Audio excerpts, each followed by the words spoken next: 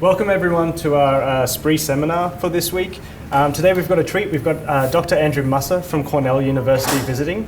Andrew started his scientific career as a physicist, moved into genetic engineering, organic synthesis, before doing his PhD as a Marie Curie PhD scholar in the optoelectronics group at Cambridge. He then did a postdoc at Sheffield before starting his own research group at Cornell University with a Department of Energy Early Career Researcher Fellowship and a Sloan Foundation Fellowship. I've been following his work for some time on singlet fission, so I'm really looking forward to his talk on singlet fission and, embrace the darkness from singlet fission to exciton-polaritons. The floor is yours. Thank you, Murad. Thanks, everyone. It's really great to be here, and I really appreciate throwing this seminar together on such short notice. And apologies in advance if this is a bit rough. I just got off a plane, and I don't know how long I'm going to last, but we'll get through as much as we can. So before I get into the science, I want to acknowledge the people who do all the work. I've got a great team of graduate students, an army of undergrads, some amazing postdocs who keep the place running, make all of our microcavities, study all of our singlet fission. So I'm going to be covering probably about half the group members' work today, and of course lots of wonderful funders and people who make the molecules that we study. So my group, we are an ultrafast spectroscopy group. We look at how we can use light matter interactions as a tool to understand molecules and a way to control their properties. So we have a major research program still on singlet fission, which is where I did my PhD. We continually discover new things about the mechanism of singlet fission, what we can do to improve the process to eventually make solar cells better, we hope. So we'll get to some of this at the end of the talk today. We have a lot of work trying to probe into some more fundamental physical chemistry, understanding what our spectroscopy experiments really mean. And particularly we're interested in vibronic mixing, how we can understand new things about photophysical processes by appreciating the ultrafast vibrational dynamics that accompany them. Since joining Cornell, I started a new research interest in photoredox catalysis with quite a few of my colleagues. There are lots of wonderful molecules that can drive incredibly powerful reactions when you put light into them. And when you look in detail, you realize nobody knows what the hell the light is doing. It makes something more energetic, but on the surface, it looks like it shouldn't work. So our job with a lot of these materials is to work out what exactly is this light energy doing? How can we harness it to make these reactions more efficient, more generalizable? But the meat of my research program, what I'm going to be talking about most of today, is exciton-polaritons. So these are hybrid states that let us somehow change the properties, the behavior of organic semiconductors, hopefully for the better, without having to resort to synthesis, because that's something we would rather not touch. And as a matter of fact, all of these research areas in my group, at the end of the day, they lead to polaritons. We're trying to understand how strong light matter interactions can impact all of these behaviors of organic materials, from applications in optoelectronics or reaction dynamics to just their fundamental photochemical behaviors. So the big picture motivation for what we do is I'm mostly interested in organic semiconductors. That's where I got my start. Those are most of the materials we work with these days. And the scope for organic semiconductors in applications is pretty immense. They can do everything that semiconductors that we're more familiar with might do, just not as well. On the plus side, they're really cheap, they're easy to process, they can be endlessly tuned into any sort of different structures, and therein lies their great advantage, but also a terrible problem that they face. Every one of these semiconductors that we make is going to have different properties than the last one. And when I say me, I mean somebody else, of course. And actually, even though people have been studying these things for probably half a century now in the context of semiconductors, we still don't have a good picture of the exact structure-property correlations. If we knew, well, which semiconductor we should make, which molecule is going to give us the best solar cell to truly rival silicon, but in a solution process system, we would just do it. But the field's not there. So there's this terrible property that even though we could tune them endlessly, change all of their energy levels, the photophysical dynamics, how to turn that tunability into useful application remains an outstanding challenge. So even though there are lots of amazing organic semiconductor devices out there, some of the best LED displays that money can buy, pretty decent solar cells, way better than they were when I started in research, and they were a complete laughingstock, they still lag behind the inorganic competition in pretty much every key figure of merit. So they're great, but there's a lot more work to do. One of the areas that is most problematic with organic semiconductors, I don't know to what extent I'm preaching to the crowd, to the choir, is your packing problems. So organic semiconductors are very soft materials, and they have very low dielectric constant, which means that when you photoexcite them, your carriers, whether they're bound or free, are going to be strongly localized. They distort the lattice nearby, which means that they're basically quite hard to move around. The main transport of charges and of bound charge pairs, excitons, is going to be through relatively localized hopping mechanisms, which means that it is immensely important exactly how you put these molecules together. So the intermolecular couplings, whether they're in columns or brick layers, is going to hugely impact how you can move energy around. And of course, this is the key. Any device that we want to make from these materials, an LED, a solar cell, a transistor, at some point you have to move energy around in them. You're not going to be working with just a single molecule with amazing properties. So we have to understand at a fundamental level, how can we move around this energy efficiently? And knowing that it depends on these intermolecular couplings, maybe that's not too hard a problem. You can map out what these coupling constants are, determine an idealized geometry, and some of these types of molecules have truly spectacular, say, charge carrier mobilities. You can get very, very long-range exciton diffusion, so maybe we've solved the problem. But the problem with organics really is, outside of a few model systems, they're very soft and they're incredibly disordered. One of the reasons we want to use them is we can process them at low temperatures. And that means that there's always going to be much lower crystallinity than high purity, say, crystalline silicon. So rather than these beautiful crystalline packing domains that we can draw and think and rationalize charge carrier mobility in, most films that we make, most devices that we're going to operate with, look more like this. There's a huge mixture of domains with different amounts of crystallinity and packing. Even the simplest material is a mixture of really many different materials, and you have then immense disorder in the transport landscape, in the energetic landscape, the way that molecules couple together. So really, to understand what's going on in these systems, you have to appreciate the disorder that goes along with them. Until we get away from room temperature processing, this is always going to be a problem that we just have to embrace and work with. The other part of being soft materials that makes these different from inorganic semiconductors is they have incredibly strong electron-photon coupling. And on the surface, that just adds up to simple things like additional vibrational excitations add on to your electronic excitations, so we can see that we get these progressions of vibronic excitations within absorption or emission spectra. But actually, very frequently, the transitions aren't just simply dressed by these motions. Frequently now, we can see with more powerful spectroscopies that these vibrations actually cause the molecules to behave differently. They cause states to mix together that don't normally couple.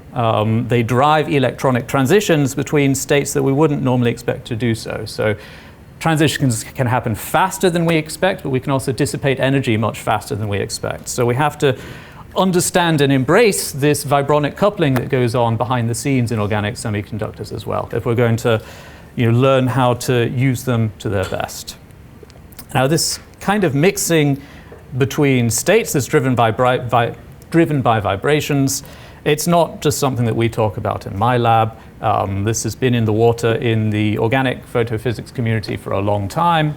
And under different guises, coherence, vibronic mixing, it's been invoked to explain pretty much everything that organic semiconductors do fast and many of the things that they do well, from biological light harvesting to ultrafast charge separation in solar cells, very fast spin conversions in singlet fission, even very slow spin conversions that are relevant to LEDs. And it gets to the point, really, that we have to ask some troubling questions. On the one hand, when we see coherence, there's usually how these things are manifested. It's very exciting as a spectroscopist. It shows up as, say, oscillations in the time domain in a spectroscopy experiment. It's one of the most beautiful things that you can look at in the lab. And we all get really excited by it. And even better, journals get really excited by it. So you're almost guaranteed to go up one notch in the impact factor tiers just because you've seen some coherence and attributed it to a process. But if we see it everywhere, if it turns out to show up in pretty much everything that organic semiconductors do, does it actually matter? Are we getting excited about nothing? Is it just another way to say X process is fast and efficient? And that's something we knew 20 years ago before we had fast enough laser pulses to see that the vibrations are in sync with all of these processes. The way that we want to think about this is knowing that these coherent dynamics exist, knowing that states mix together in this way, can we take advantage of that to make molecules do something they wouldn't normally do? Can we use this complexity or this mixing to our advantage to push organic semiconductors into a new regime? And the primary tool we use to do that in my lab is strong light matter coupling. There we go. So just quickly to define the terms I'm using here, the light that I'm interested in for strong light matter coupling is going to be well-defined photonic states. We typically work with Fabry-Pro microcavities like this, two mirrors that are closely spaced on roughly the order of the wavelength of light. So when you have such a structure, there will just be one well-defined standing wave between the mirrors that corresponds to that separation. If you look at it from the outside, you would see, because it's made of mirrors, it reflects pretty much all light until you get to this resonance wavelength, and then you can efficiently couple photons in where they'll bounce around for a while before eventually transmitting through or leaving in some other fashion. So in these types of structures then we have a well-defined photonic state in space and in energy. We want to couple this light to some kind of matter. The matter we're interested in my lab is the exciton transitions, the absorption transitions of organic semiconductors, but you can use these physics to couple to anything that has a well-defined absorption transition. And that term well-defined turns out to be incredibly ill-defined, which we'll get up to in a few minutes.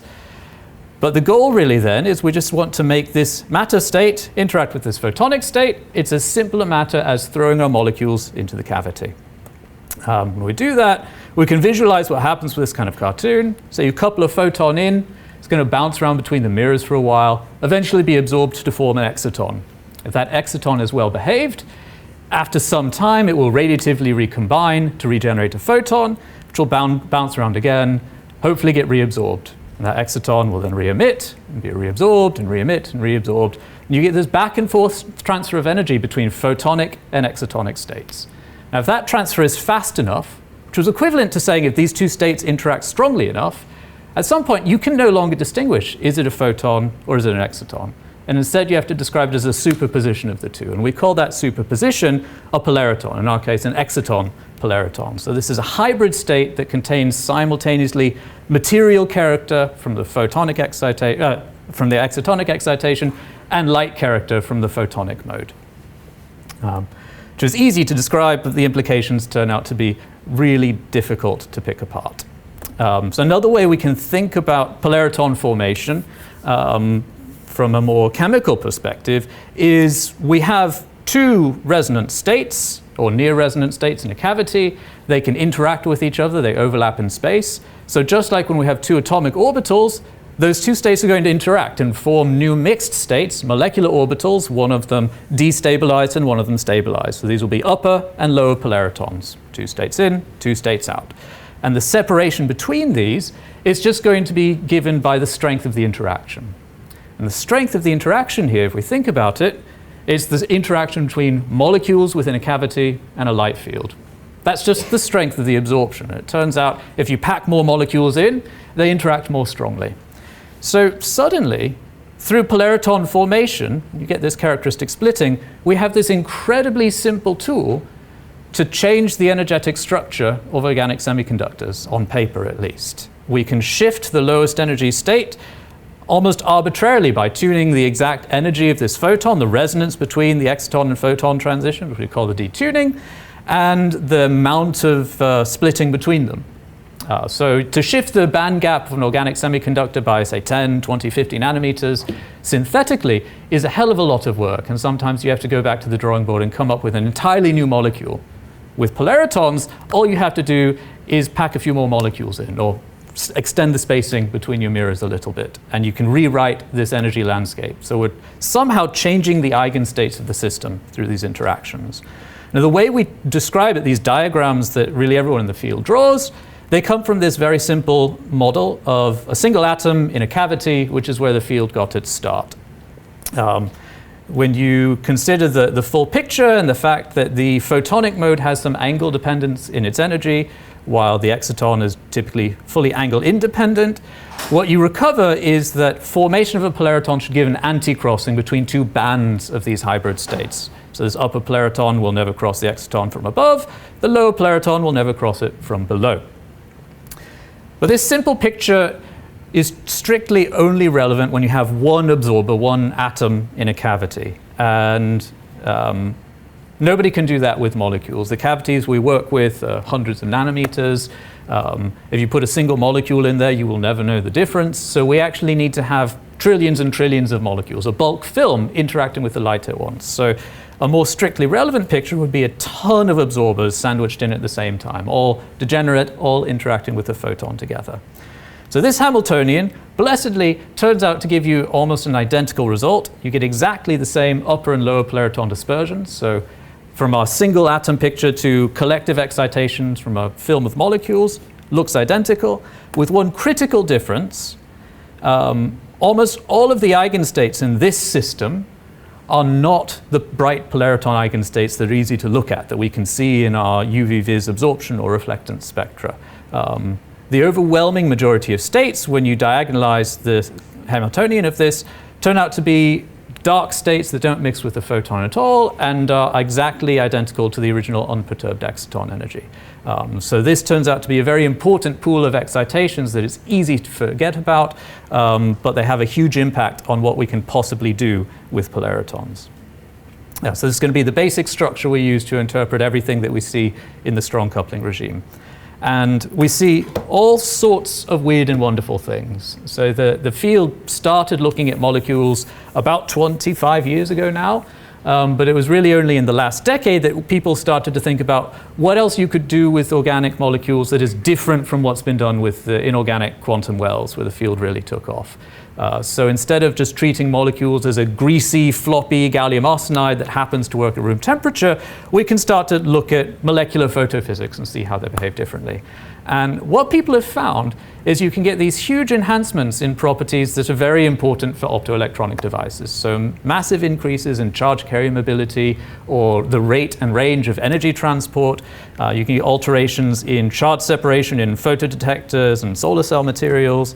Even things like altering the work function of materials. And all of this is just accomplished by putting the materials between two mirrors, changing these bulk material properties. What's really taken the field by storm more recently is applying the same concept of strong coupling to vibrational absorption transitions. And there's this result in 2019 from Thomas Eberson's group, who's really led the way in these weird applications of polaritons, showing that you can alter the selectivity of this deprotection reaction just by coupling to a CC triple bond stretch mode. I believe normally this reaction favors deprotection at the triple bond side. When you form a polariton with it, you favor the other side of the molecule instead. Completely nuts, just by running the reaction between a pair of mirrors. People have been very skeptical about the Eberson results because some of them are very hard to reproduce. But quite recently, this year, one of the leading skeptics in the field, Blake Simpkins, found kind of against his will that he gets the same results, that you can change chemical reactivity of these ground state thermally driven reactions just by running the reactions between a pair of mirrors. So this is all very exciting. We can sort of fundamentally alter the behavior of molecular materials non-synthetically, which means that physicists can start to play with molecules a bit more seriously. But there's a major problem, which is that we have no idea how any of this works. So the field has become really good at slapping molecules between two mirrors and showing, look, something has happened and it is different. and it must be because of polaritons, since polaritons are present. But basically all of these reports that I've shown, it's just a small subset, there's no consensus theoretical understanding about what the polaritons are doing. Some of them it seems like they should not happen, and yet they do. And one of the problems that the field has is really scattershot. So we have no rational understanding of what are the design principles that go into these effects. If I put anthracene into a cavity, am I going to make it transport charge better? Am I going to get better energy transport? Nobody has a clue. If I put pyrene inside of a cavity, am I going to alter its photochemical behavior? Nobody has a clue because we have no basis to understand it. So what we try to do in my group is kind of go back to square one, and I'm inspired here by how the organic semiconductor field, or the organic electronics field, has developed over the years. Organic solar cells now are more efficient than anybody would have ever thought when I was doing my PhD. It's kind of beyond our wildest dreams. But it's been a very long road to get there, and it's built on really painstaking structure-property correlation. People need to understand in these really complex multi-layer structures what is important about this interface. What properties do we need to optimize? How does the energetic difference between, say, donor and acceptor affect the initial photophysical processes and then the longer time charge separation and even the stability of the structure? There are all of these knobs that we can turn in these complex systems, and if we're going to make them better rationally, as is finally happening with OPV, we need to understand what the knobs do. None of this has entered the polaritons field yet, and that is where my group is most active. So the first topic that we wanted to tackle was this phenomenon of polariton-mediated energy transport, which we know happens. It's one of the most reproducible polaritonic benefits. And there are two flavors of it. You can have interlayer. So you can form polaritons with one exciton, but you could also form polaritons with two different excitons, two different molecules that have slightly different energies. And the photon effectively bridges between them. So you get a new set of polariton states. So people have shown, my postdoctoral advisor chiefly, that doing this, you can get energy transfer from donor to acceptor well beyond the fret radius. I think maybe as part of DARE, at one point a couple of years ago, David took this to the great extreme of taking the two molecular layers and separating them by a 2 micron spacer, and still you get reasonably efficient energy transfer between them. So the polariton is definitely helping to shuttle energy from A to B. The other thing that people have seen is that within the plane of the microcavity, you can get incredibly long-range transport of excitation. Typically, if you photoexcite an organic thin film, the excitations are going to stay there. Solar cells, excitons move about 10 nanometers within their lifetime. But when you form organic exciton polaritons, you can photoexcite up here and see polariton emission that comes out 100, 200 microns away. So suddenly the excitations are traveling tens or hundreds of microns. But all of these studies, kind of the initial work that's shown that you can move things a long distance with polaritons, we're in the steady state. So we don't actually know what are the polaritons doing. Are they doing this on their own? We don't know how to control it. It's just something that happens. And of course, if we want to watch how fast this process happens, we need to understand their spectroscopy. So first step was to work out if we're going to do ultrafast spectroscopy on these systems, if we're going to use transient absorption, which are bread and butter spectroscopy tool, what does a polariton actually look like? Sounds like a simple problem. You shoot a laser at it and then you know. And lots of people have done that. So over the decade, there's probably about 10 papers that have done this kind of experiment. You have polaritons that look like this in the steady state. When you photoexcite them, you get things that look like a sum of derivatives, more or less. And it doesn't really matter what molecules you put in. You always get something that looks like this. So, you know, simple question, simple answer. They look like derivatives around the polariton bands. But a very strange thing happened in this field in the 2010s, which is that people stopped asking questions for some reason. So from first principles, polariton is a mixture of this photonic and excitonic excitation. Its lifetime should be governed by a weighted average of the photonic and excitonic components. The kinds of cavities that people work with, that tells us that typical structures of pretty much all of these microcavities, the polariton should have a lifetime of about 10 femtoseconds. Nobody has that capability of measuring 10 femtoseconds. If you look at this panel here, hopefully you can see there are these signals that people have been attributing to polaritons that go out to the nanosecond timescale. So either there's amazingly new physics that people haven't bothered to question, or all of this spectroscopy is wrong. So we wanted to start out by picking apart how do we actually do this spectroscopy.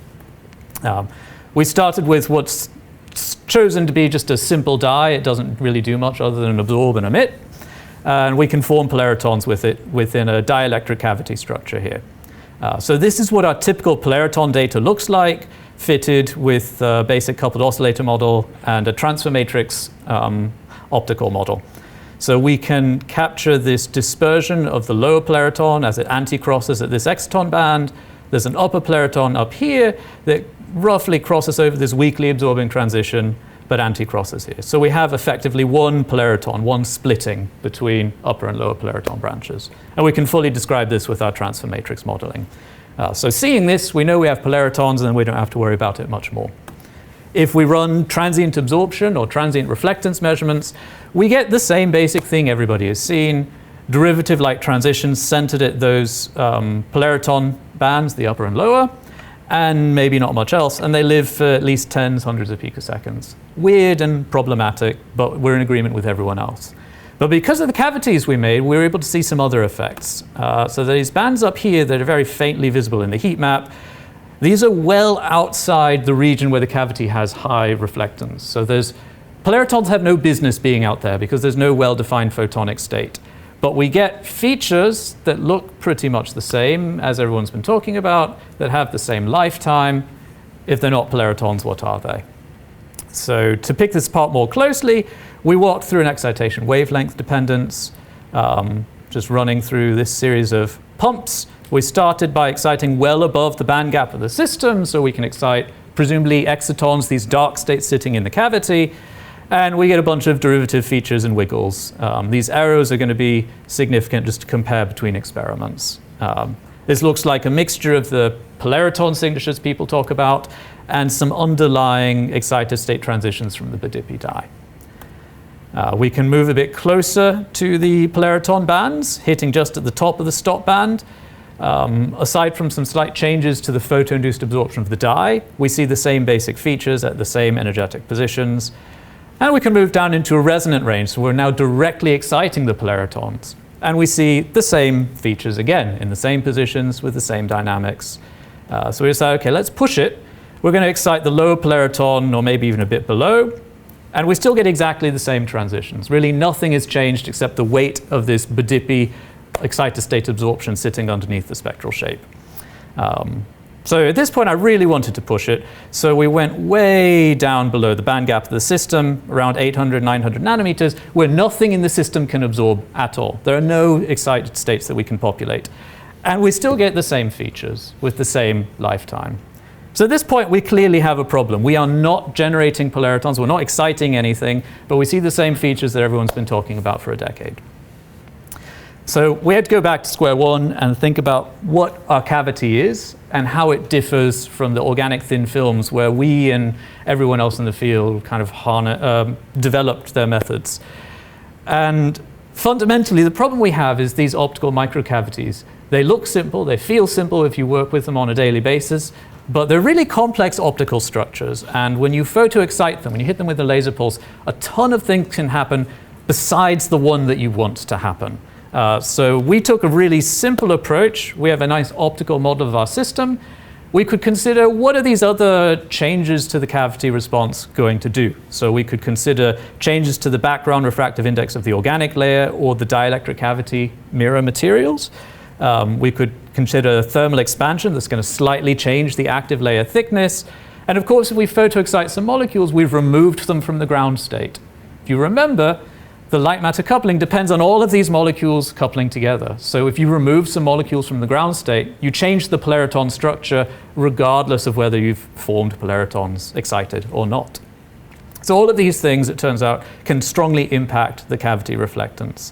And the kind of quick summary of all of those calculations is here. We can calculate what a transient absorption spectrum would look like if we, say, depleted 0.1% of our ground state population, or we increased the cavity thickness by 1/10 of an angstrom. And we get line shapes that are similar to what everybody in the field measures as polariton responses, with basically the same magnitude as typically is achieved in our types of experiments. So there's no scaling factors here. We just sum all of these responses up for these minuscule changes to the cavity structure that have nothing to do with excited states. And we can capture all of the peaks and dips that show up reproducibly in our experiments, which tells us that maybe everybody all along has been measuring artifacts, and we don't know what the polaritons actually look like when we excite them. We know they exist, but they're really, really hard to see. So as a field, we have to work harder. We have to be really careful when we're going to use these time-resolved measurements to try and see a polariton, because we don't know what they look like. But one of the most important things is quite simply this comparison. Our measurements should be limited by the lifetime of the photonic state we use. And it's really easy to make these metallic cavities. My students can make hundreds of them in a day. But metallic cavities are always incredibly lossy, so you're limited to a photonic lifetime, that's a polariton lifetime of 10 femtoseconds. You only have a chance to see that state if you do an incredibly demanding ultrafast experiment. If you make them much more challenging dielectric cavities, definitely causes a lot of pain. Nobody likes to do it. You have to make each layer one at a time. And if it goes wrong, the whole structure is ruined. But this stretches out the polariton lifetime where you have a chance to see it. So we have to work with harder structures. We have to do harder measurements. And only then will we be able to pick apart the underlying response of exciton-polaritons, which more and more of us are starting to realize now. Still nobody knows what they look like, but we now have a path for how to get there. But still, I wanted to solve the energy transfer question, and I didn't want to wait until we solved this incredibly hard problem. How do we do the spectroscopy? So we're going to try and tackle it anyway, looking at intra-layer energy transport, so in the plane of the cavity. And to shortcut the spectroscopy problem, we came up with the idea, well, if we systematically control our cavity in some way, if we tune the photon lifetime, none of these artifacts that we know of care how long-lived the photon is. Thermal expansion is going to be there if you've excited the film. Doesn't care if the photon hangs around for 10 femtoseconds or 300. The only thing that cares about the photonic lifetime that we know of will be the lifetime of the polariton. So we made a series of cavities with increasing Q factor by changing the number of pairs in our dielectric stacks. And we found that there are certain regions in the optical response, even though they contain these derivative-like artifacts, something is responding to the quality factor. So something is slower or longer lived when we increase the quality factor of our cavities. So we don't know what part it is, but something in this signal is reflecting real polaritonic dynamics. And that turns out to be all we need to use ultrafast TA microscopy. So we're basically imaging the spread of the excitonic signal as a function of time after excitation. At time 0, we start with a diffraction-limited spot. If we wait 100 femtoseconds later, this excitation is spread out a little bit. It's not huge. This is a 500 nanometer scale bar, so it's spread by, I don't know, 50 nanometers. It's decent. Excitons don't move that fast normally, and this is only 100 femtoseconds, but it's nothing to write home about. We wait a bit longer, and it collapses back to the original spot size. So very little to see here, and we can only see it because we're very fast.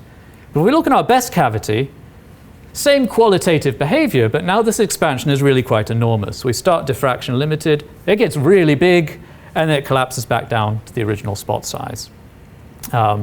Looking at this in the time domain, we can track the length of time it takes for this expansion, and it goes in line with the quality factor of the cavity, so we know that this expansion is somehow correlated with the polaritons. If we model the mean square displacement from these experiments, we get this data here. So we see all of our cavities have the same basic response, very fast expansion, then they collapse again, and we have something long-lived that stays at basically the same spot size. And this tells us that there are two relevant states within these systems. On the long time scales, these must be the dark states that we know exist that nobody wants to talk about, the ones that are unperturbed by the light-matter coupling, and they seem to be more or less just staying where they are, as excitons do. But on fast time scales then, we have something that is best described with a coherent transport. So they're moving ballistically with a group velocity that ideally would be governed by the dispersion of our cavities. So we have ballistic transport from the polaritons, simultaneously with basically no transport from the dark states sitting inside. So that model works pretty well to understand what's happening. That tells us why the transport goes for longer distances and lasts longer when the polaritons live longer. But when we fit these dynamics to that model with a group velocity, we find that the only way to explain our data is to have a group velocity that depends on the quality factor. And actually, that should not happen. The only thing that the velocity of polaritons depends on is how curved the dispersion is, and it's identical for all of these cavities. So this was a huge problem for us because there was no theoretical basis to explain these results that we reproducibly got. And we realized at the end that our problem was that we were kind of blinded by the bright states. We're interested in the bright states because we can see them in our experiments. They're the ones that show up in reflectance that have a dispersion. But they're not alone, and it turns out these states effectively work together. So there's a lot of detail that I don't have time to go into, but it turns out while the group velocity should not be affected by the Q factor, the nature of these dark states in the cavity, theoreticians have now found, does depend on the quality factor, and they start to delocalize and change property as the quality factor enhances. So the only way we can rationalize our experiments is that we have this reservoir of dark states that are in rapid equilibrium with the bright states. So we get response to the cavity structure from these dark states, very fast transport from the bright states, and they kind of seed each other to let the polariton transport for a longer time, but at the same time slow it down on average rather relative to purely polaritonic transport if there was no such equilibrium.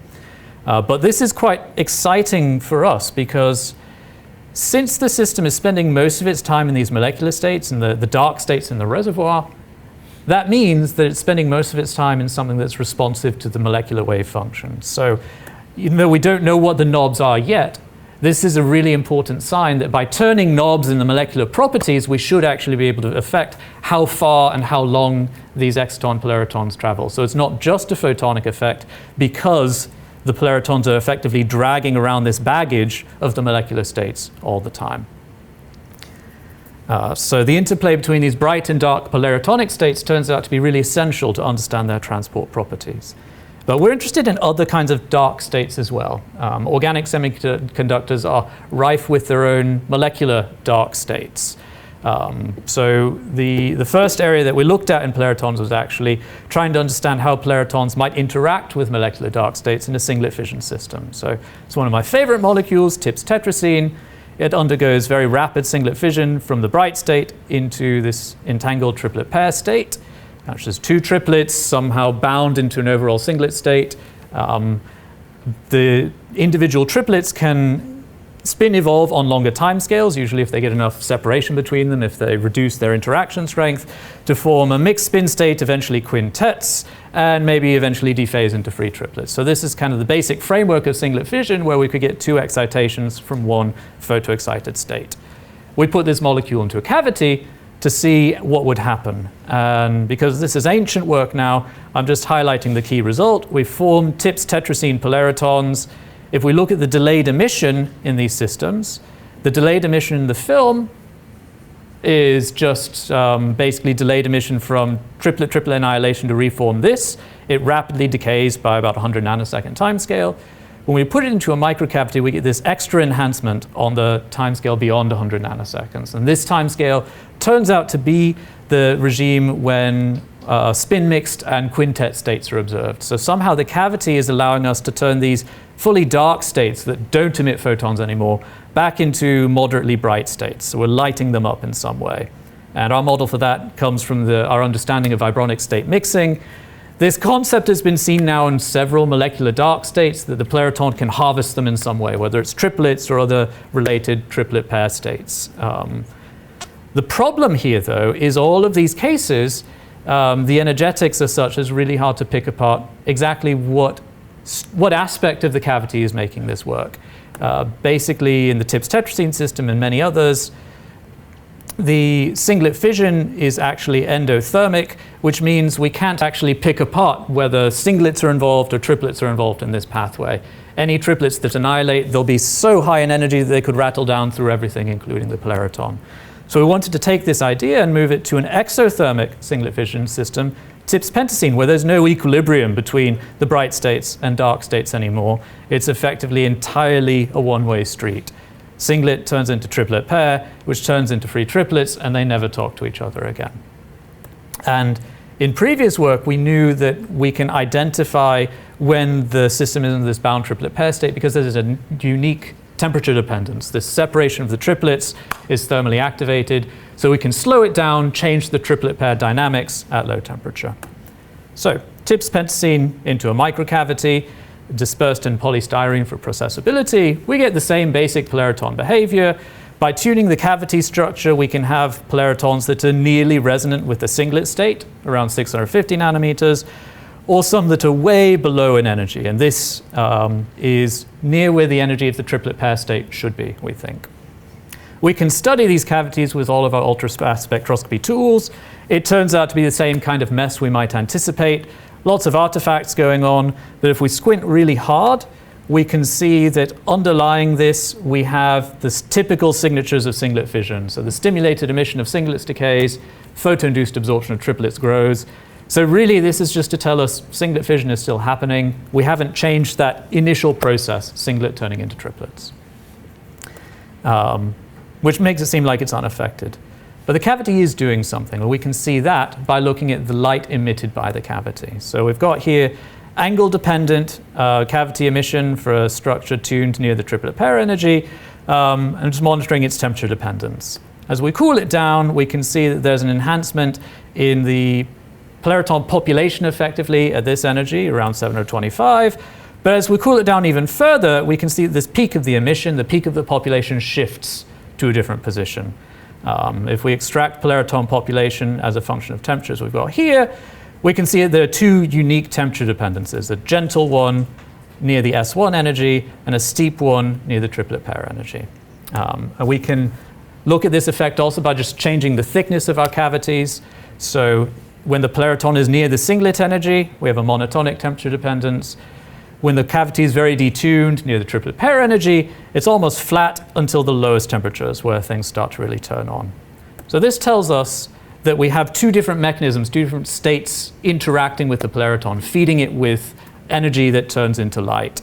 And it just depends on energetic resonance. So as we walk our polariton down, there's some well-described properties whereby these excitonic states in the cavity can couple into the polariton and emit light. But when the polariton gets further down, it comes into resonance with our dark molecular states. And even though these dark molecular states should not be able to couple to light, that's why we call them dark, we can pick them up through their interaction with this polariton. We turn them into something bright. And this, we think, now can actually be used to help us map out this energetic landscape. We've applied this to some other molecules and found the dark states are not to the positions where we expected, but they show up somewhere different. So this could be a new tool for us to exploit polaritons to understand materials better.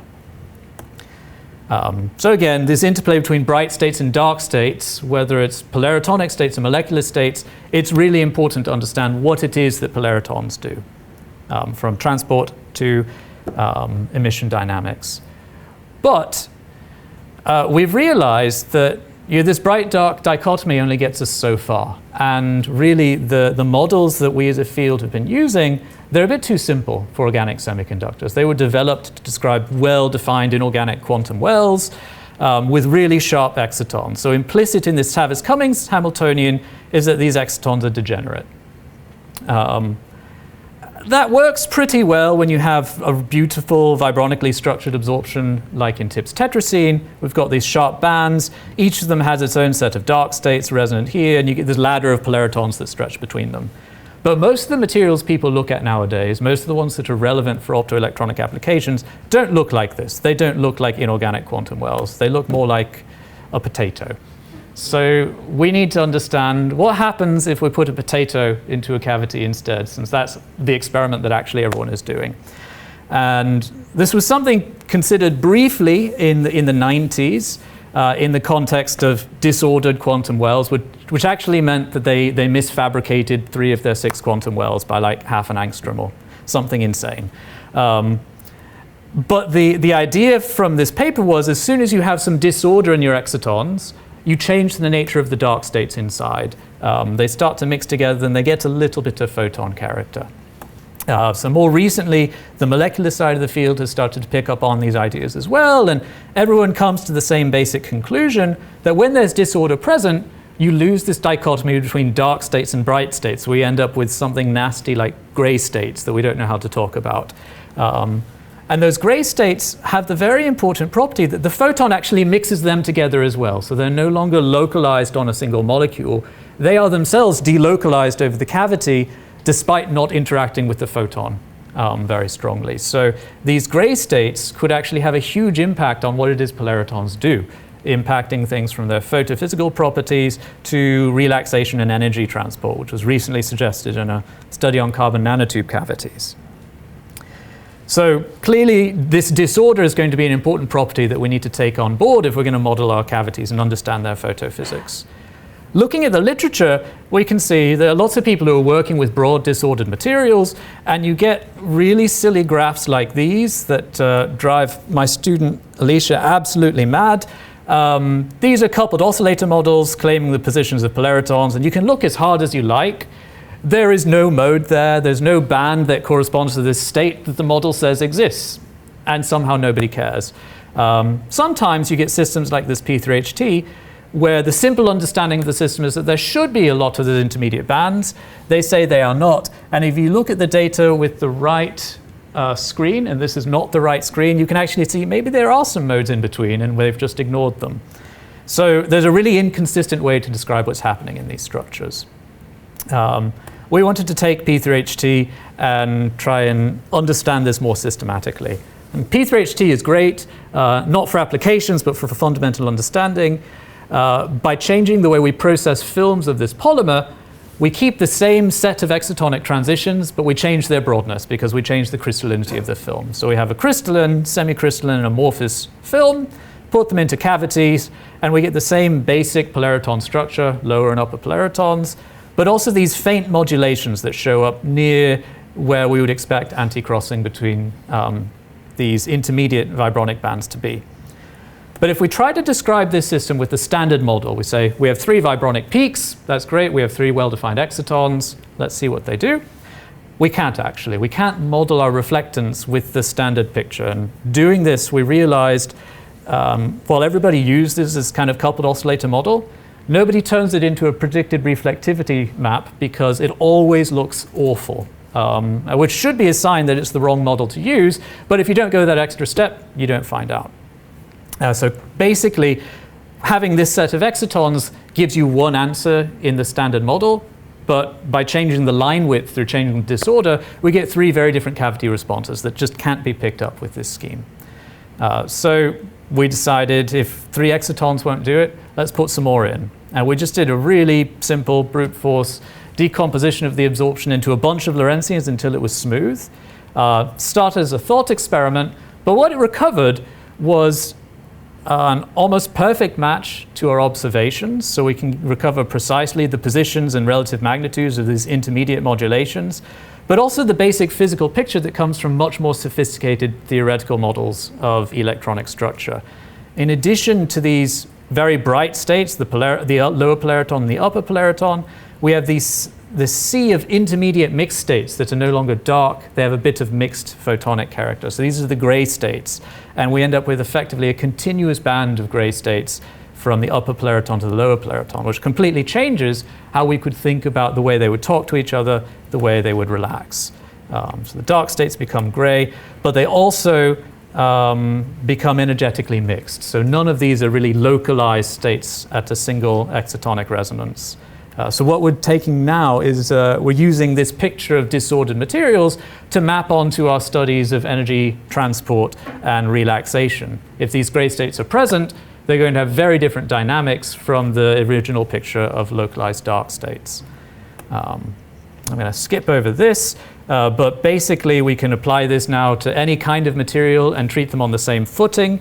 Most significantly, this model shows us that the way that you describe strong coupling is entirely model dependent, but the system doesn't care what model you have. And the most glaring example of this is ultra-strong coupling, which is somehow very special because the splitting between your polaritons approaches the exciton energy. People are excited because it's supposed to change the physics. You need to incorporate counter-rotating terms, diamagnetic terms. You need a much more sophisticated description of the light-matter interaction, supposedly, to describe ultra-strong coupling. But we found we get just as good a description with our multi-oscillator approach, dispensing with all of those sophisticated ideas of ultra-strong coupling. And really what this tells us is when you put something broad into a cavity, you don't have to have a very strong interaction. You don't have to have ultra-strong interactions to get a very large splitting of your polaritons. The line width actually governs what the polaritons look like. So we have to think much more carefully as a field now what these physics of ultra-strong coupling are really about, because we don't need anything special to describe any of the observables that are associated with ultra-strong coupling. So the dark states in cavities are not entirely dark. We also started to wonder, what about the dark states in molecules? How dark are they? And this has been something I've thought about for a very long time. I've got a lot of mileage at this point out of suggesting that the triplet pair state in the right circumstances can emit photons through a symmetry breaking mechanism, basically this vibronic mixing again. So it's maybe not entirely dark, but we can't see it in absorption. So this drove me crazy for a long time. There are lots of materials where we can identify what we think is emission from the triplet pair, including in like perfect single crystals of pentacene, but we could never see it absorb. I teach spectroscopy to my graduate students, and one of the rules is what goes down must come up. So if this is an emissive transition, why can't we see it in absorption? So we decided, let's just push this a little bit harder. So we got a zoo of pentacene materials from a set of collaborators. A handful of dimers here, handful of monomers that we processed into thin films here, and these structures span the whole range of what you do with pentacenes. So we have directly conjugated pentacene dimers with very strong pentacene interactions. We have this orthogonal pentacene dimer where they don't interact much at all. We have some with a twist between the pentacenes, so there's very little coupling. In the monomeric films, we have weakly coupled, strongly coupled, not at all coupled films. So we can look at how this TT behavior depends on the interpentacene coupling. And what caught our attention first is when we looked at a few of these dimers, we saw that there's a very faint but reproducible subgap absorption band below the bright singlet transition. It even has vibronic structure in certain solvents. Around 750, 775 nanometers, which is where we expect the triplet pair to be. So we wanted to study these behaviors with transient absorption, see what is this band and why don't we see it in any other materials. Those bands. So we did the simplest experiment you could to pick this apart, just transient absorption, resonant with the singlet transition, or sub-resonant, where normally we wouldn't be able to excite anything. In this model dimer D1, we get typical singlet fission behavior on resonant excitation, stimulated emission up here that decays as the photoinduced absorption of the triplet pair grows. So singlet fission happens, very sub-picosecond, but easily resolvable with our 10 femtosecond pulses. If we now come with an equally fast sub-resonant pulse, we don't see any of those dynamics at all. From the earliest time scale that we can resolve with our 10 femtosecond pulses, the triplet pair signal is already there. It doesn't evolve even slightly. So it seems like we're directly photoexciting the triplet pair in this molecule that has that weak subgap absorption band. So we can see, yeah, there's dynamics when we hit resonantly, no dynamics sub-resonantly, just triplet pair is there. We can do the same thing in all of our dimers, and consistently across this set, the dimers that have reasonable interpentacene coupling, we go from classic singlet fission behavior in blue to direct photoexcitation of the triplet pair in red, where we can't resolve any state prior to the triplet pair state. But if we repeat this experiment on these dimers, which have weaker coupling, we see no matter how we excite, we get the same behavior. Singlet turns into triplet.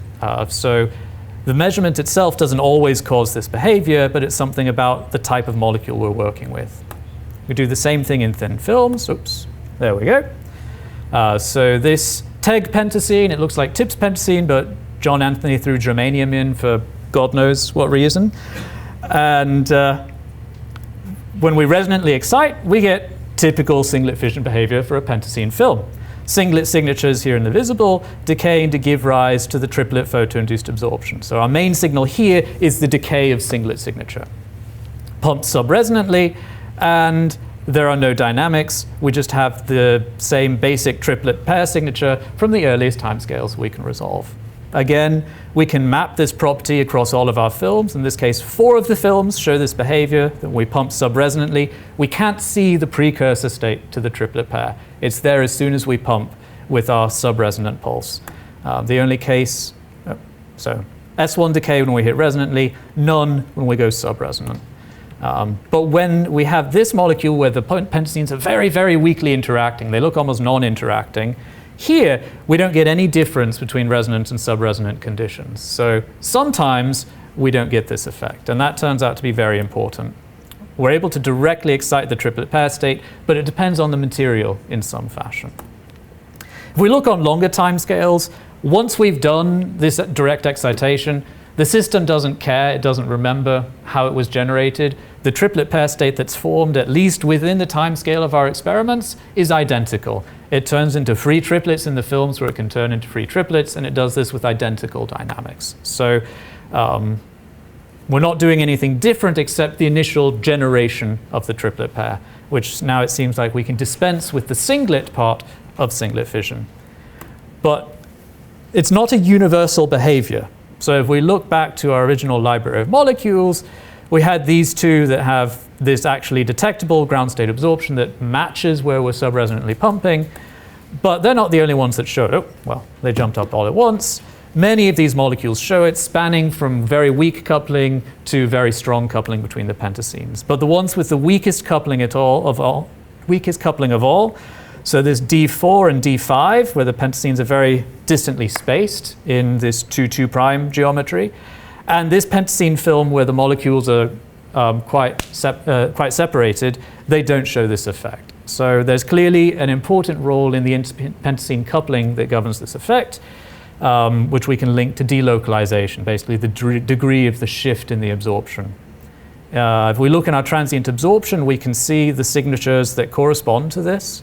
In our dimers, there are well-defined signatures of the role of charge transfer or charge resonance excitations that show up in a weakening and broadening of the triplet pair state absorption signature. The more CT character it is, the broader and more smeared out it is. But also we get a distinct bump that corresponds to radical cation absorption in the near-infrared. Turns out every one of our systems, dimer or film, where we see this direct excitation of triplet pair, we see a signature that corresponds to this additional intensity from charge resonance character out in the near-infrared. The films where we're unable to induce this effect, there's no sign of the charge resonance character anywhere. So the presence of charge resonance character mixing into the TT excitation turns out to be a really important ingredient that lets us directly photoexcite this coherently mixed triplet pair state without using the singlet.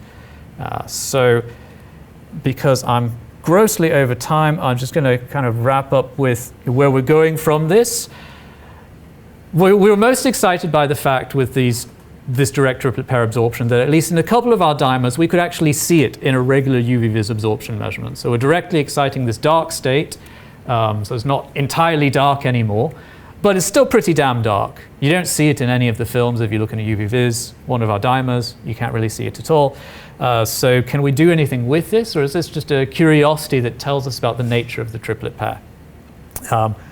So we decided to push the design principles behind this. We know that we need a lot of this charge resonance coupling, so we got Satish Patil's group to make some molecules where we could induce much, much stronger orbital overlap between the pentacenes.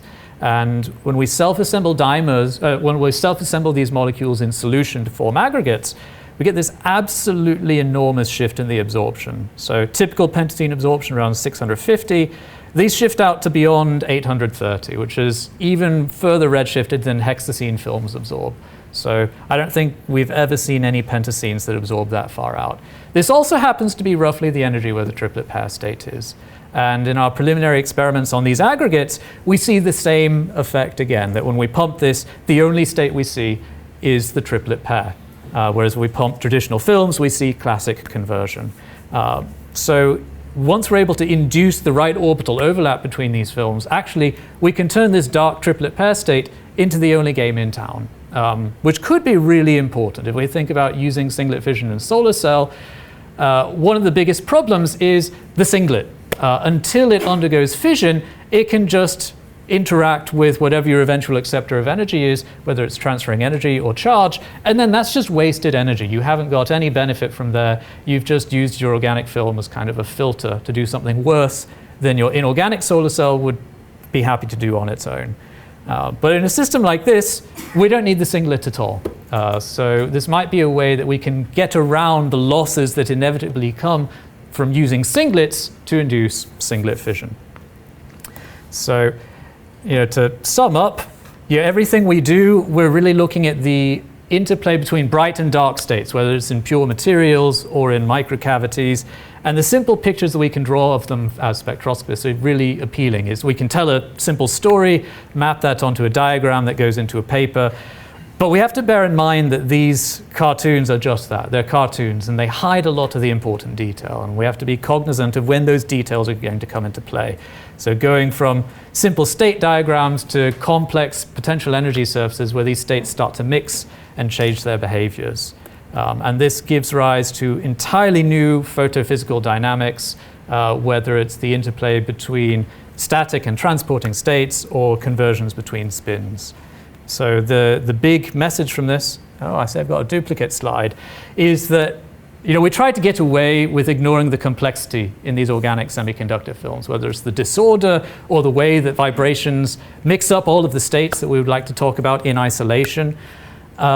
Sometimes we get away with that, but if we actually embrace it, we embrace the fact that we have this disorder and we can learn how to work with it, it actually gives entirely new opportunities for how we can use organic semiconductors and maybe change their behaviors, whether it's, again, through designing new materials or manipulating them through strong light-matter interactions.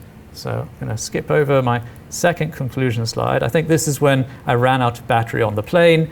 And just wrap up thanking my group again, who did all the experiments, amazing collaborators who send us lots of interesting materials, and thank you for your patience. I'd be happy to take any questions.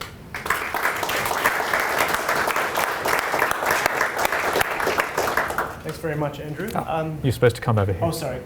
Thank you very much, Andrew. In the interest of time, we might just take 2 questions and then we'll let people go. Are there any questions from the floor? If not, I have one. Oh, we've got Michael. I'm impatient till it's Till you get it pointed at you. Thank you. I was curious. You mentioned, of course, the vibronic coupling, plays quite a big role here. Have you looked at trying to generate like a vibronic polariton, similar to phonon polaritons in inorganic systems? That's a great question. It's something I've thought about. I'm very tempted to do it. The main limitations right now are just technical. We don't have the right detectors to see that we've formed them. So it's a direction we're moving into the long term. In the meanwhile, we're trying to start to apply some ultrafast vibronic spectroscopy so we can look at these vibrational dynamics under strong light matter coupling to see if they change. It's predicted they should, but nobody's ever seen it.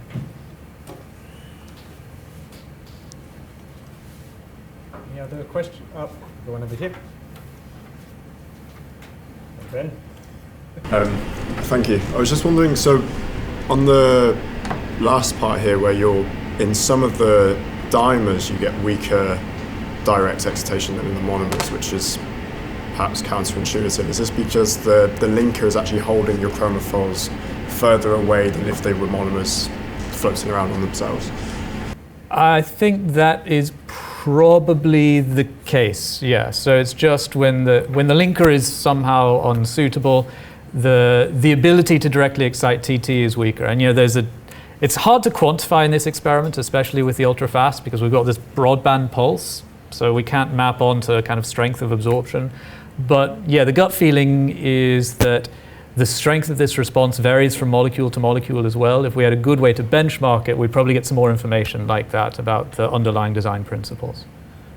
So, because whether I didn't see specifically where some of the dimers, the monomers you're looking at the dimers were made up of two of those, and did they then become poorer at doing this direct excitation when you link them up? Good question. I think it's hard to say. I mean, they couple together so differently.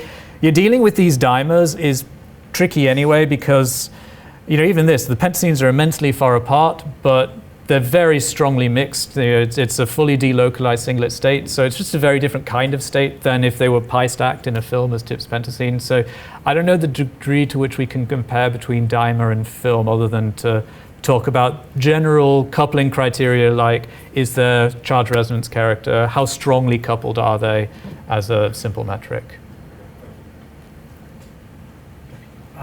Well, just in the interest of time, I'd like everyone to thank Andrew again for a wonderful talk. Thank you.